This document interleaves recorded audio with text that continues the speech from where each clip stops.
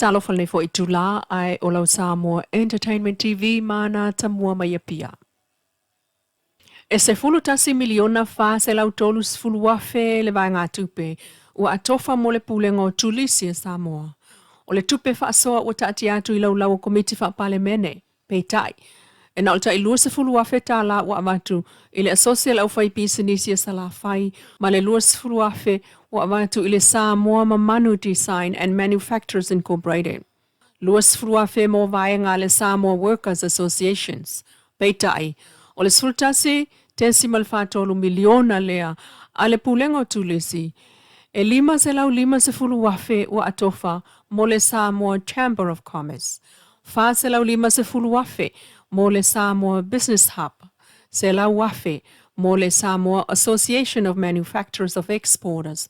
Se lau wafe tala mo le Samoa Hotel and Hospitality Association, ma le lima se fulu wafe mo le Savai'i Samoa Tourism Association. E lua vai solo tu atu i komiti whaapale me ne lātou te tanga iai, i le vai ngā tupe, i le tala whenga iai, ma whaia iai le lātou whaatou whaala inga, mo le toi fo i mai o le talo tupe le pale mene, i le aso lua se fulu lua, o le masinal neo ki topa.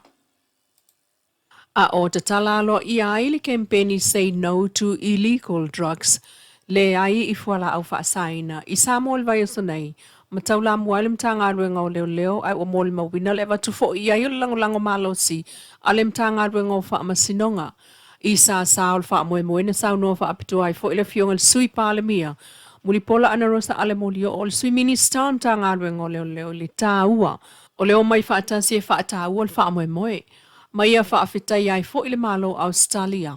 Malona komesina mawalunga i Samoa. Wilhelm Robinson ile whaawau pea o le lato sosoani il tātou tunu. Pei o le aungalawa ma wha moe o le wikaia. Ia o le kako o Wednesday whalawilo ai le ke aku i whala au whasainga. I le uwhale mai lo kako hungu. Ia mese kore o le afianga o lo afia i o kako hungu e le ngakai pulang talko ia isi fo i matu o o le vaia kanga ruenga i le amaka melua fe markasi kau mai le kausanga ni wa alu lunga si kiang ngol pulang ngai fola pasai ma se la fola pasai na le ole isa o fen fermi o pulang sa ia pisa ke le lava i le malwanga sa i kausanga ko ai le o mai le o sabanga o le vai maunga mar mai kaunga nganga wa nga i le nga i nga ka ko wala pasai ele ko transit ko ita ka ko ro ye el ma ke kilo ko ye temi ko no ka ko le nga wa maka ko ro fa solo nga i lalo i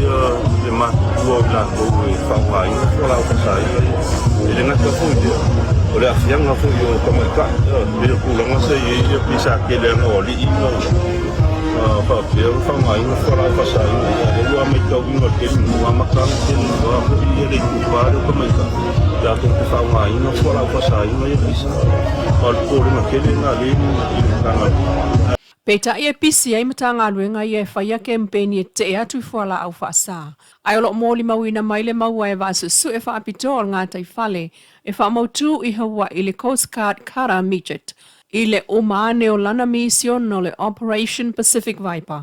Malato maua i tangata o tuua ia i le whaatau o fuala au whaasa i lungo vasa. Whaatasi ai ma waa na whaao ngā. Na mawaile tu so le luas fulta si yafe se la luas fuluono pauna i lunga o vasa isa sae o le Pasifika. O fuala au whaasa na mawae o atuli tau i le se lau limas fuluono tesimal wha miliona tala Amerika.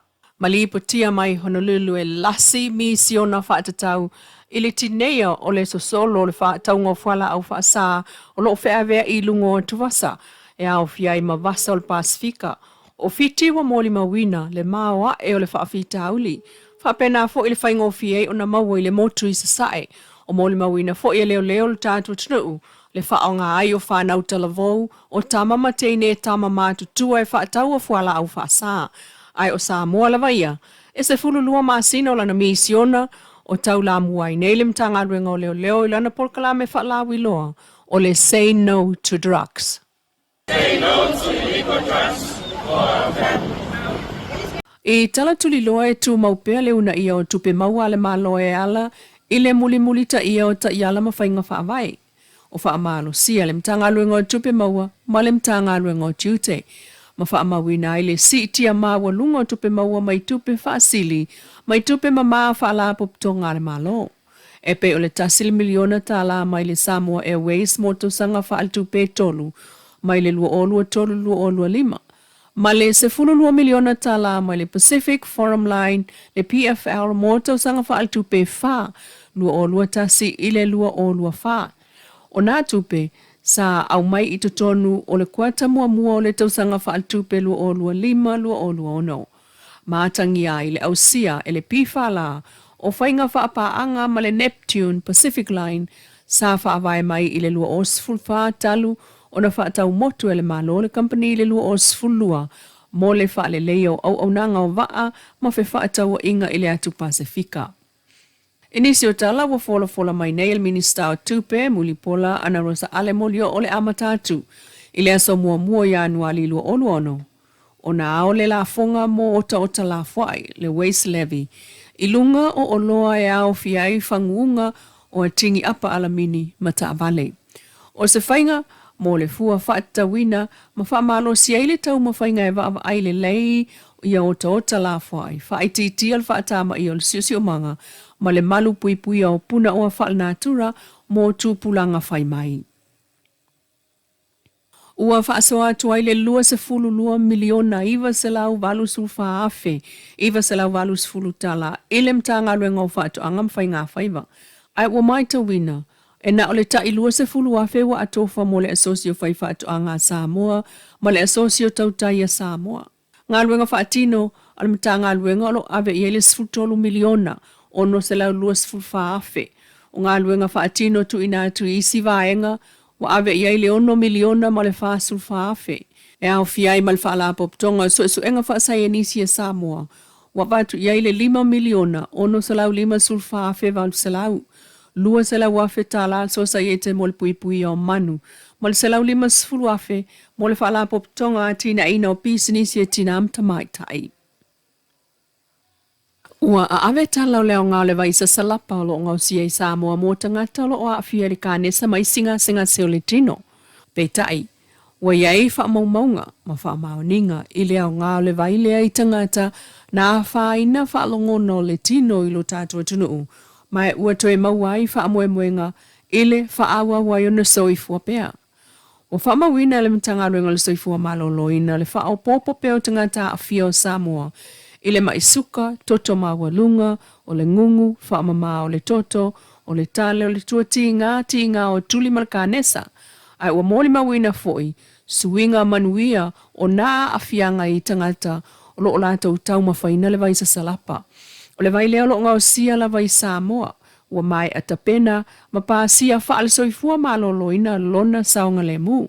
Ma whatawina i nei whale o loa i lutato tunu e pe le Maria's Healthcare Pharmacy o le Farmer Joe, whale o loa uma Frankie upolum sale longa, ma le Lucky Food Town Supermarket. O se whaopoponga nā o Atamua nei tula mai lau Samoa Entertainment TV ia pia.